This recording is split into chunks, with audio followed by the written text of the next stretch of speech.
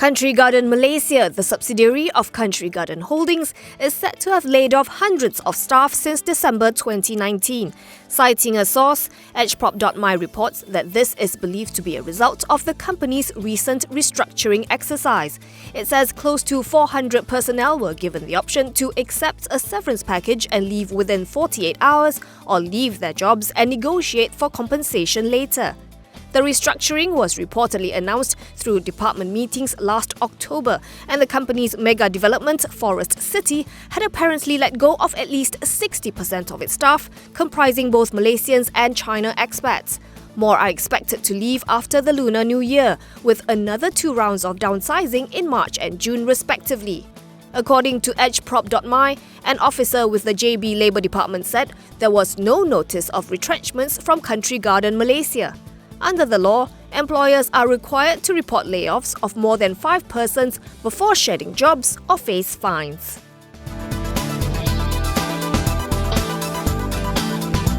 Pharmaniaga, Malaysia's largest pharmaceutical company, has announced the departure of its managing director Datuk Farshila Emran after 9 years at the helm.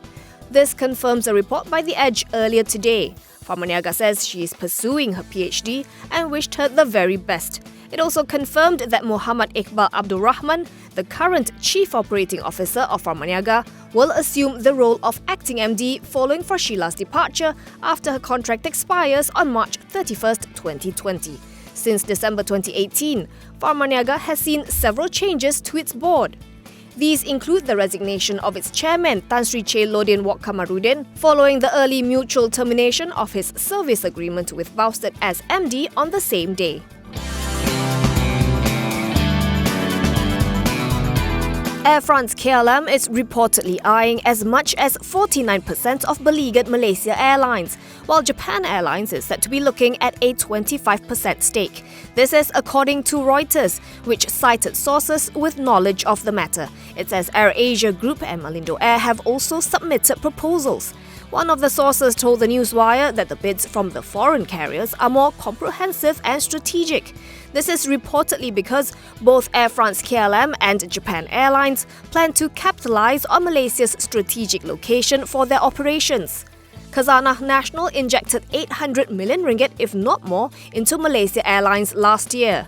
Prime Minister Tun Dr. Mahathir Mohamad, who also chairs Khazanah, said yesterday that the government received 5 proposals for the carrier, but declined to name the suitors.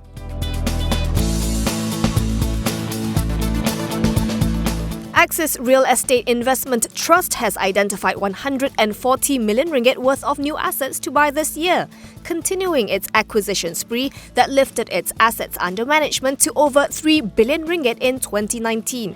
Its head of investments, Tan Ki Hong, says the focus remains on properties sought by the manufacturing and logistics sector, based on persistent demand for such properties. According to Tan, the logistics market is doing well at present, noting that Port Klang has reported an increase of 10.7% in activities in terms of the TEUs they handled. He says Axis will also be looking at well-located retail warehousing and locations that are ideal for last-mile distributions.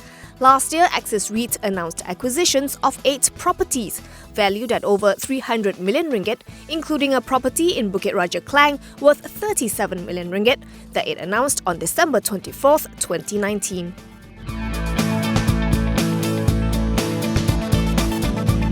Property developer Ideal United Bintang International will be jointly developing 828.6 million ringgit worth of properties with Prima Corp Malaysia at Penang's Bandar Gelugo. Its subsidiary Ideal Capital Venture signed the head of terms today. The plan is to develop some 6.5 hectares of land comprising 2 tracts in the southern suburb of Georgetown. It expects the project to contribute positively towards its revenue and earnings over the next 3 to 5 financial years. Previously known as United Bintang, the company was a loss-making heavy machinery and spare parts trading firm before it diversified its operations to include property development. Its flagship development was the high-rise I Santorini project in Tanjung Tokong.